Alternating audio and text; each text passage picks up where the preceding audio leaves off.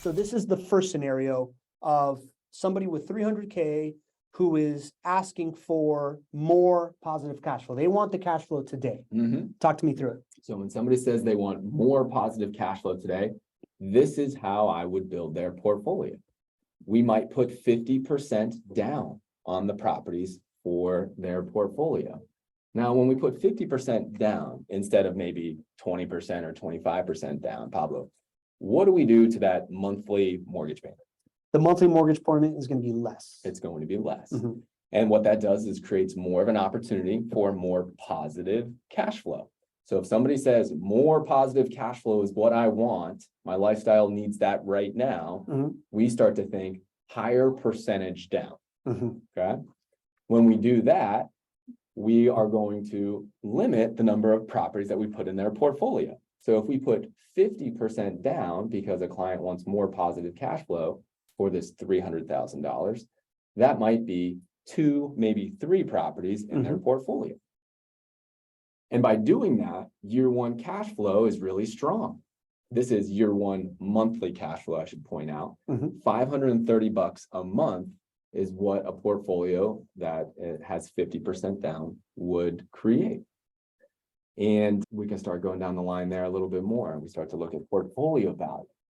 By putting 50% down on this portfolio after a 20-year hold, the expectation for their portfolio, including all 5 profit centers, would be over $1.4 million, which would equate to a 9.3% return on investment year over year over year for those 20 years.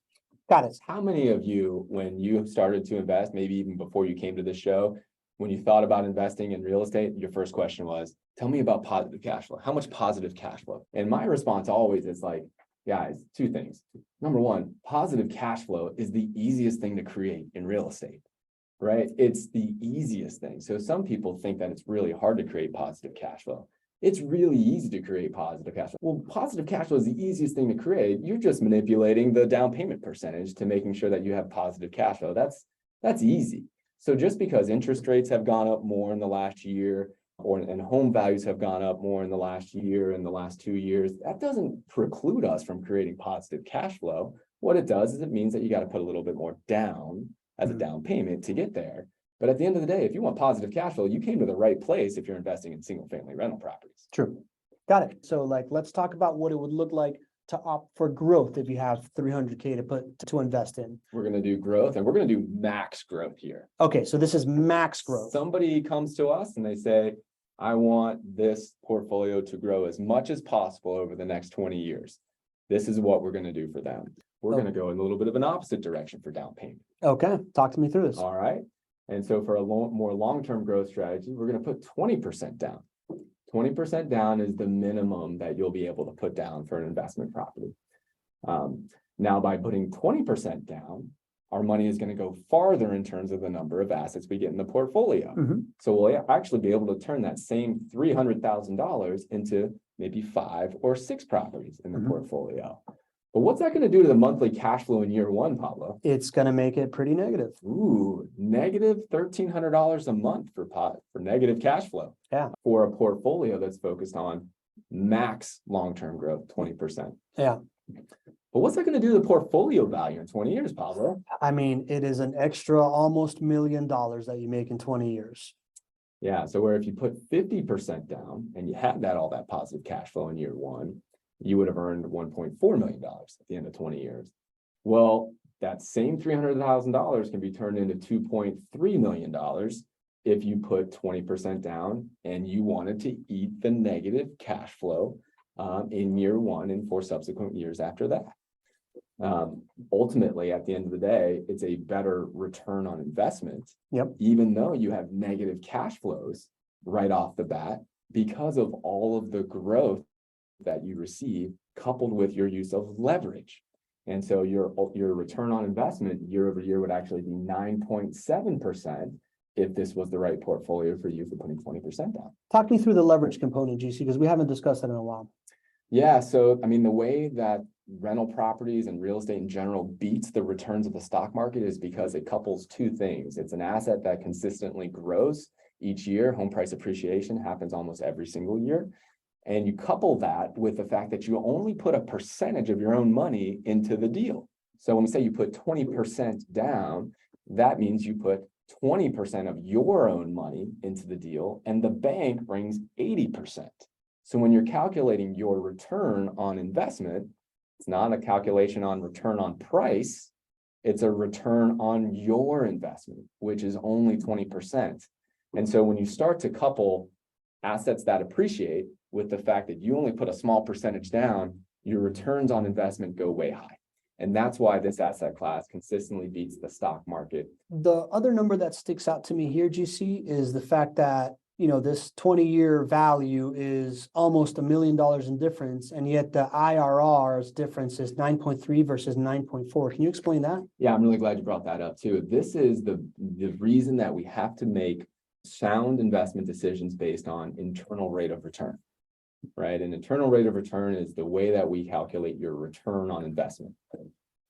And even though you see a huge difference there between 1.4 million and 2.3 million in terms of total portfolio value, you only see 9.3% to 9.7% in terms of the return on investment. Because what you have to take into account is the timing and the size of the cash flows that come back to you, right?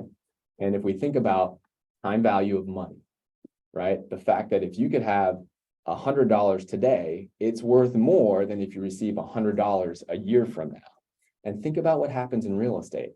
Home values go up over time, and you don't actually realize the home price appreciation until a point where you either liquidate or you refinance, which happens many years down the road. So even though you're getting a bigger pile of money, when you do a long-term growth strategy of only 20% down, that big pile of money takes a long time to come back to you.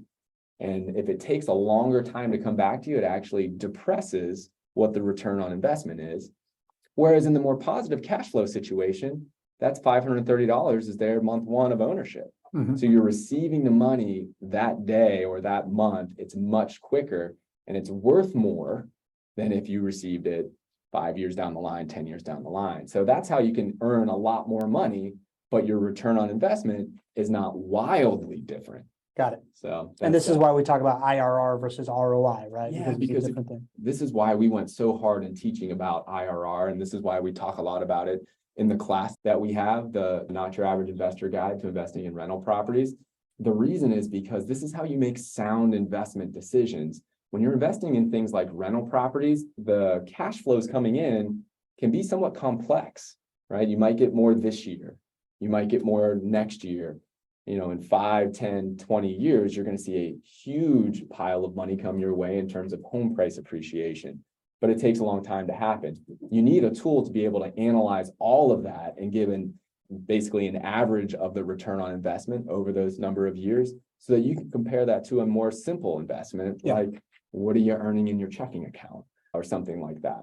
So IRR is that apples to apples comparison that lets us make sound decisions when you have variable cash flows and variable timing. Got it. So that being said, this is an open invitation to, if you have specific questions on stuff like this, go to chatwithjwv.com, schedule a call. That is what that first call is all about. It's just how to tweak these numbers in a way that make more sense to you. Let's do the Goldilocks approach, right? One is too big, one is too small. Let's look at one that's just right. Yeah. So let's say you're more like, I would say, what our typical investor, our typical not your average investor. There you go. You're probably coming to me and you're saying, listen, I just want it to be break-even cash flow, and then I want to focus on growth after that. And that's been our calling card since we started to build this business. That's been my calling card. When I first started to invest and I didn't have any money, you better believe I was making sure it was at least positive cash flow, or at least break-even cash flow. Even if I could have achieved higher growth, I was making sure that I take care of rule number one, which is making sure it's an asset that pays for itself. And so that's really a sound investment strategy. So this third one is more typical and more how most of our investors would invest. So putting 35% down, right in the middle there with the three little bears there. Your portfolio will have between 3 to 4 properties in it. And in your year one monthly cash flow, you're basically break even. Right? $36 a month, right? The things that I have shared with you for years and years and years now, how, cash flow is not going to change your life, even if it's $100 or $200. We're building this thing to be break even, and we put the right percentage down to make sure that we engineer it that way. And then what you find for your year 20 portfolio value is you're right in the middle of the previous two approaches as well. So after 20 years, based on these numbers, which is historically how Jacksonville has performed and how JWB has performed, we would turn that $300,000 into about $1.7 million for this client. And the return on investment would also be 9.7%. Pretty good, man. I mean, that seems like a nice little Goldilocks number right there, right? Feels right, right? It just feels right. Just feels right. I like seeing this in front of us, JC. I know that you have iterated a couple of different times of like how to illustrate this topic. I think this is a nice breakthrough. This idea of, your pile of money. I remember in financial accounting in college, the first thing that they said is like, when you ask an accountant, what is a dollar worth? They say depends. Right? Yeah. I know you probably had the same financial accounting guy as I did, right? I forgot that his name. Yeah. But if you are sitting on, you just made a $50,000 bonus, you have a certain amount of money in an account of the money that you've been saving, and you have it with a financial advisor, and you also have a certain amount of equity in your house, right? Like that adds up to $300,000. It can be worth in 20 years, $1.4 million.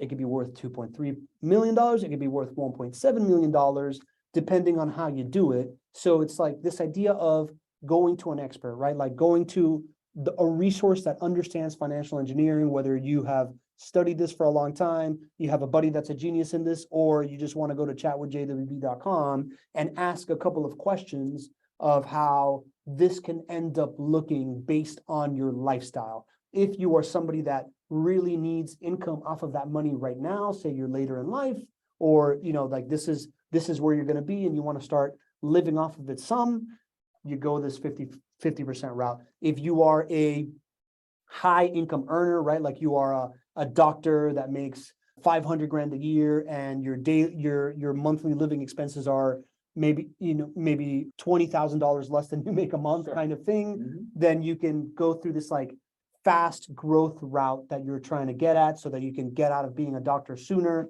and get the growth faster. If you're like right in that middle where you don't want to, have to come out of pocket every single month and you don't want to keep putting in there, you just want to continue your lifestyle the way that it is, then you have this Goldilocks number of 35%. And based on that, then you have these different levers that you can grow more or grow less. But at the end of the day, you're still in this like 9 to 10% range of IRR, which is generally better than you're going to get in any kind of like 60-40 portfolio that you're Vanguard says you're going to earn 7% over the next market cycle.